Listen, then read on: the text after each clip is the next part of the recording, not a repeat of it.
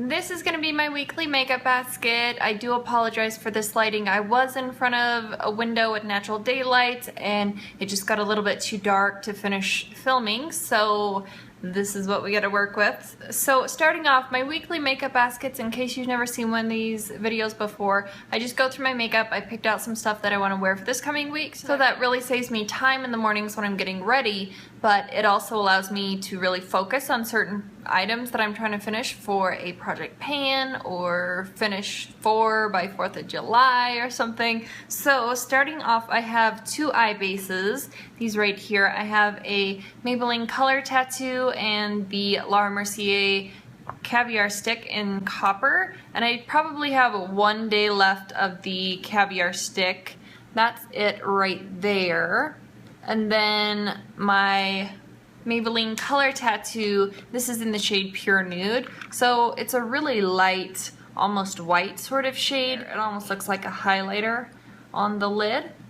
So there's those. For my eyeshadow palettes this week, I have two here. I'm using the original Lorac Pro palette since I'm trying to pan it this year, but I've also pulled out the Lorac Pro 2, and I'm using some of the lighter shades in this palette for this week, and I have dropped it and it fell straight down onto my tile. It's the second time I've dropped this palette. I don't know what it is about this palette specifically, but it is attracted to tile for some reason. But I've repressed all these darker shades over here, but I'm just gonna be playing in, you know, this first half of the palette over on this side. So I have those two, and then I also wanted to pull out this single and play with this. This is from Kiko. This is the Long Lasting Wet and Dry Use Eyeshadow. This one's in number 200. Let me show you how beautiful this thing is.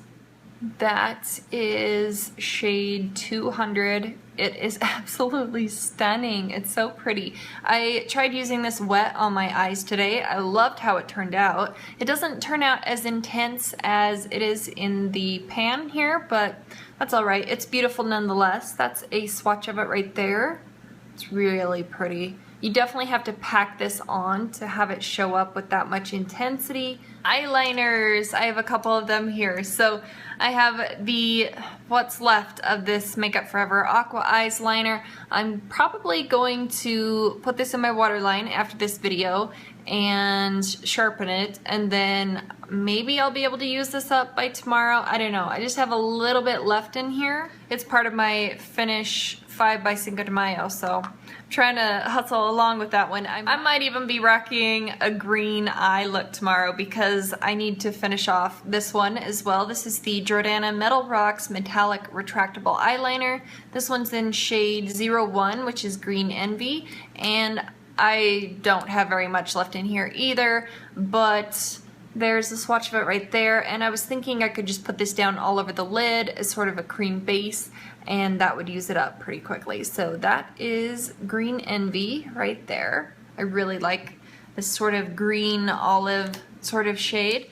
If I wanted to do a winged liner like I have on today, I have the Physicians Formula 2-in-1 Eye Booster. This one's in Ultra Black. It just has a brush tip on the end there, which makes doing a winged liner very easy.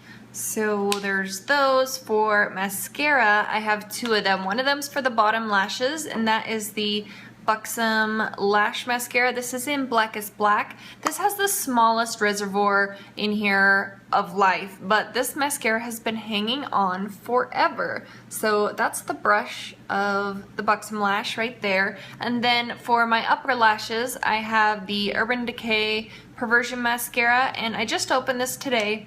I really enjoy this mascara. It's kind of a wet formula when you first open it up, but it has really fluffy bristles on the actual wand. So I really enjoy this one. I think I picked this up at the VIB sale in November, this past November, and I just barely opened it. So for my eyebrows, I have a couple different products I can switch between if I wanted to. I have a little bit left of this Maybelline Master Shape eyebrow pencil. I can't remember what the actual name of it is. It's all been sharpened off. But this one's in deep brown. That's it. It's a really nice pencil if you have black hair or really dark brown. hair. So if I don't want to wear something this dark, I also have the Maybelline Color Tattoo in Toughest Taupe.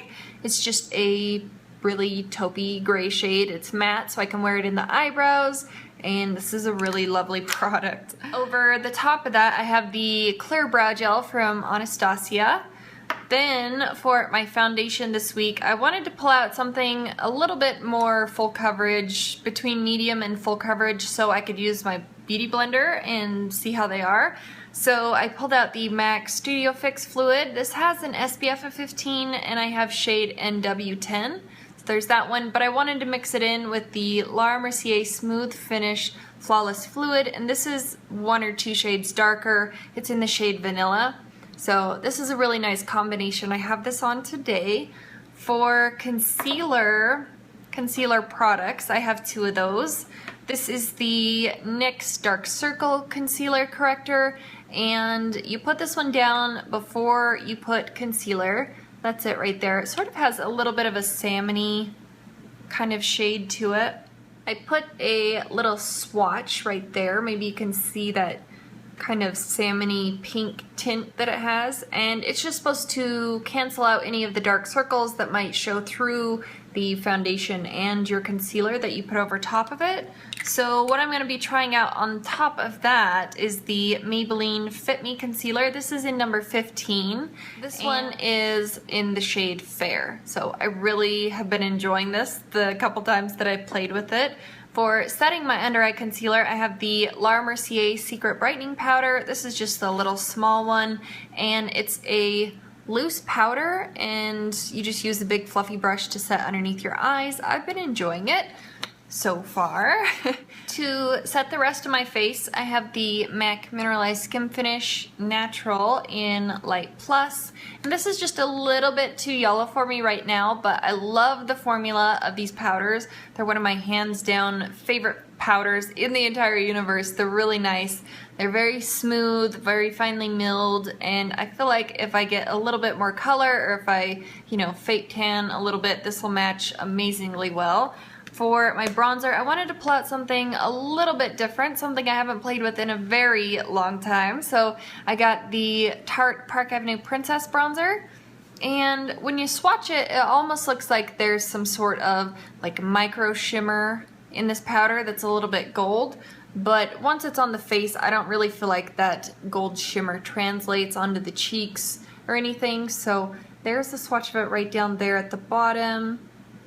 I think it's going to work lovely. I tried it out today. I haven't worn this in so long, and I think it applied beautifully. I feel like the shimmer just helps it blend in a little bit better. So this is really nice if you're fair. Then for blush, I have 2 products. One of them I wear in the front part of my cheeks, and then I like to pick a darker or more pigmented shade for the back of my cheeks. So the front part of my cheeks, I have my NYX blush in Angel, and I've been using my MAC 129 blush brush, and that one, it's not a synthetic brush, so I feel like it might be a little bit too rough for the NYX powder blushes, so I think I might switch over to a synthetic blush brush for this. The blush that I'm going to be using further back on my cheeks, so there's sort of like an ombre effect on my cheeks. I pulled out one of my Chanel blushes. This is number 160 Innocence, and this is a really easy kind of light pink shade to wear. I really enjoy this blush. So let me show you some swatches here. This one right here is NYX Angel, and then this over here was Innocence from Chanel. So there's those 2. I think they blend beautifully together, so I don't think I should have any problems with those 2. For my highlighter, I pulled out another MAC product. This is the Mineralized Skin Finish in Lightscapade. I really love how this looks in the pan itself. It kind of has veining of blues and purples and pinks and yellows. Any color that you could possibly imagine is in this powder here. So let me swirl them together and give you a swatch. I feel like it just gives a really beautiful glow to the face that isn't too intense. So there it is right there. And again in the compact. So I think I'm gonna have fun with these cheek products this week. For my lipsticks, I'm really bummed about this. I went to pull my favorite nude lipstick out. This is the Essence lipstick in number 50, which is Creamy Nude, and I dropped it on the way down here, and now, I don't know if you're gonna be able to hear that, but it doesn't roll up anymore. I'm so bummed. It doesn't roll up anymore. I'm really sad. This was one of my probably top 3 favorite nude shades, and I don't think they make these anymore. I'm really bummed about that. But I decided to pull out a different nude. It's more of a pinky nude. This is the Estee Lauder Pure Color Envy lipstick in number 120, which is Desirable. This is really gorgeous packaging, and it's magnetized too, so that's always fun to play with, but that is the shade of it there.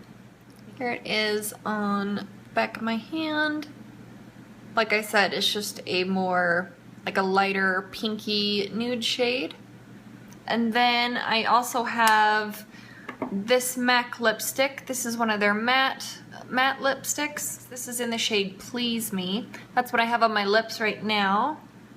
And this one obviously has a little bit more, it's a little bit of a darker pink, a little bit more red to it almost. That's it right there. And I think I prefer the retro matte lipsticks from MAC a little bit better than their original matte formula. I mean, I just have to put a lip balm down to even make these wear on my lips halfway decently, so it's a little bit high maintenance for me, but I really want to get through this lipstick. So there's those. Onto some lip glosses. I have the Sephora lip gloss in number 11, which is Pin Up Pink Shiny. I have very, very small amount. I could probably finish this off by tomorrow afternoon if I just used it all day and all night. So I took the stopper out. This is all cleaned out. I need to figure out a way to get this little bit from up here out, and then there's probably 2 applications down here that I could wear tonight. So that is a quick swatch of it right there. It looks really bright and intense in the container right here, but you can shear it out pretty easily. There's a swatch of it. It almost feels like a gel formula. It's a really nice formula. It doesn't feel sticky on the lips very much, so there's that one. And then I also wanted to pull out a nude shade just to go over either one of these if I feel like it's a little bit too much color on my lips. So I pulled out the Bite Beauty lip gloss. This one's in the shade Rambutan right here. I just thought that this could tone down those other 2 lipsticks, because some days I just like a really light lip. So anyway, there is on the back of my hand right there. And like I said, I think that this would go over either one of these 2 lipsticks here. So there's all of the makeup. Onto my perfumes. I have 2 of them because I keep one in my purse, and then I have one main perfume that I spray on throughout the day at the house and everything. This is the Ralph Lauren Midnight Romance Rollerball. This is going to be in my purse, obviously, because it's smaller, but I love the scent of this. It smells so delicious. My main perfume this week is going to be the Ed Hardy Hearts and Daggers perfume. I just have a very, very small amount left in here. So that is it. Those are all of my items for this week that I'm going to be wearing. So thank you guys for watching, and I'll see you in the next one. Bye.